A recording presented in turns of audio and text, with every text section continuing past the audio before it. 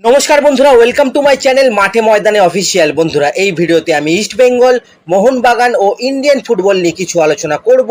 তোমরা যারা যারা আমার ভিডিওটা দেখছো, আমার চ্যানেলটা প্লিজ সাবস্ক্রাইব করে নাও ইন্ডিয়ান ফুটবলের এরকমই আরো আপডেট পেতে। প্রথমেই বলি, ভারতীয় ফুটবলে এখনো আগ্রহ হারাচ্ছে জিনিয়াস স্পোর্টস।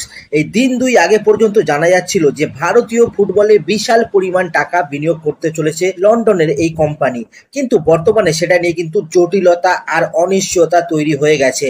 প্রায় 2200 কোটি টাকার একটা অফার কিন্তু এসেছিল 2026-27 সিজন থেকে আইএসএল আর সুপার কাপের জন্য, এবং একটা 20 বছরের ইনভেস্টমেন্ট কিন্তু করতে চেয়েছিল কোম্পানিটা। কিন্তু বিষয়টা এত সহজভাবে এগোচ্ছে না। আইএসএল এর অনেক ক্লাব এবং ফেডারেশনের কিছু কর্তা এই প্রক্রিয়ার স্বচ্ছতা নিয়ে কিন্তু প্রশ্ন তুলেছে। ক্লাবগুলো দাবি করেছে শুধু টাকা দেখালে হবে না, এই জিনিয়াস স্পোর্টসের লং টার্ম প্ল্যানিং কি আছে, আর তারা যে চুক্তি করছে তার শর্ত কি কি আছে সেগুলো সব ক্লাবদের সামনে আনতে হবে।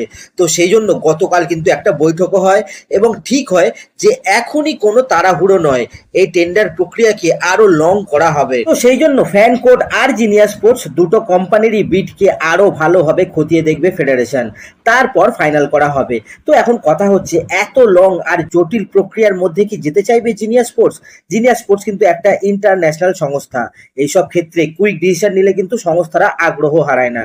কিন্তু ফুটবলে অতিরিক্ত স্বচ্ছতার নামে যদি দিনের পর দিন ডিলে করা হয়, তাহলে কিন্তু এই জিনিয়াস স্পোর্টসও আর থাকবে না, চলে যাবে। যাই হোক, এরপর যদি আমরা একটু কেরালা ব্লাস্টার্সের কথা বলি, তো এই আইএসএল এ কেরালার অবস্থা কিন্তু খুবই খারাপ। সমর্থকরা প্রচুর রেগে গেছে, যার জন্য কিন্তু কেরালা কোচ চেঞ্জ করে ডেভিড কাটালার জায়গায় অ্যাশলে ওয়েস্টউডকে কিন্তু কোচ করে এনেছে। অ্যাশলে ওয়েস্টউড ভালো কোচ, এর আগে বেঙ্গালুরুকে সে সাফল্যও দিয়েছে।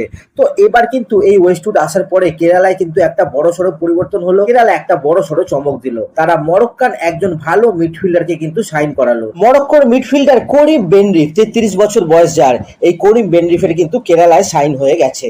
এরপর যদি আমরা একটু ভারতীয় ফুটবল দল নিয়ে কথা বলি, তো আজকে কোচিতে ভারতীয় ফুটবল দলের কিন্তু খেলা রয়েছে। খেলাটা সন্ধ্যে 7টা থেকে হবে এবং হংকং এর সাথে কিন্তু খেলাটা আছে। খেলাটা কিন্তু ফ্যান কোডে দেখাবে।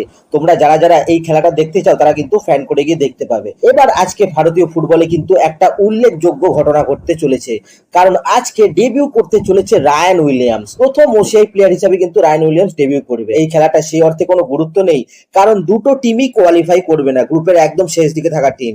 কিন্তু যেহেতু রায়ান উইলিয়ামস ডেবিউ করতে চলেছে, তাই অনেকেরই কিন্তু এই ম্যাচটার দিকে আজকে কিন্তু নজর থাকবে। আরো একটা ব্যাপার আছে, ভারতের যে 11 নম্বর জার্সি, যেটা এতদিন পরে সুনীল ছেত্রী খেলে এসছে, সেই 11 নম্বর জার্সি কিন্তু এবার রায়ান উইলিয়ামস পরে খেলতে চলেছে। দেখা যাক ভারত আজকে কেমন খেলে। এরপর যদি আমরা একটু ইস্ট বেঙ্গলের কথা বলি, তো এপ্রিলের 24 তারিখ ইস্ট বেঙ্গল আর পাঞ্জাব এফসির কিন্তু খেলা ছিল সল্টলেক স্টেডিয়ামে। কিন্তু আপনারা জানেন সেই সময় কিন্তু ইলেকশন চলবে পশ্চিমবঙ্গে, সেই কারণে পুলিশ জানিয়ে দিয়েছে যে ম্যাচ করা সম্ভব হবে না। এবার ফেডারেশন একটা ঘুরিয়ে ডেট কিন্তু দিয়েছিল যে 7 তারিখে ম্যাচটা আয়োজন করা হোক, কিন্তু কোনো তরফের পক্ষ থেকে কোনো অনুমতি কিন্তু আসেনি। তো আজকে সম্ভবত বিষয়টা নিয়ে কিন্তু একটা মিটিং আছে, আজকে ফাইনালি জানা যাবে যে খেলাটা হচ্ছে কি হচ্ছে না। আজকেই কিন্তু ডিসিশনটা হবে।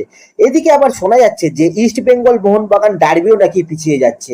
3 তারিখে ডার্বিটা হওয়ার কথা ছিল, সেটা কিন্তু আর এখন হচ্ছে না, সেটা সম্ভবত পিছিয়ে যাবে। এখন ফেডারেশনকে এই সব কিন্তু আবার রিশিডিউল করতে হবে। আর ইস্ট বেঙ্গলের প্র্যাকটিস নিয়ে যদি একটু কথা বলি, তো ইস্ট বেঙ্গল প্র্যাকটিসও কিন্তু শুরু হয়ে যাচ্ছে। ওয়েদারটা যদিও একটু খারাপ আছে, এই ওয়েদারে স্টার্ট করবে কিনা জানি না, তবে আজকালের মধ্যে ইস্ট বেঙ্গলের প্র্যাকটিস শুরু হয়ে যাবে। একমাত্র কিন্তু কেভিন সিবিলে মূল অনুশীলনে যোগ দেবে না, মানে বল পায়ে মেন টিমের যে প্র্যাকটিসটা হয় সেই প্র্যাকটিসে কিন্তু এখনই সিভিলে যোগ দিচ্ছে না। ওই 4-5 তারিখ নাগাদ কিন্তু সিভিলে যোগ দেবে, তারপরে সিভিলে মূল দলের সঙ্গে ফুল অন প্র্যাকটিস করবে। এখন সে খালি রিহ্যাবই করবে এবং 11 তারিখের ম্যাচ ডে স্কোয়াডে কিন্তু সিভিলেকে আমরা দেখতে পাবো, এরকম কিন্তু একটা আশা করা হচ্ছে। যাই হোক, আজকের ভিডিওতে এতটুকুই।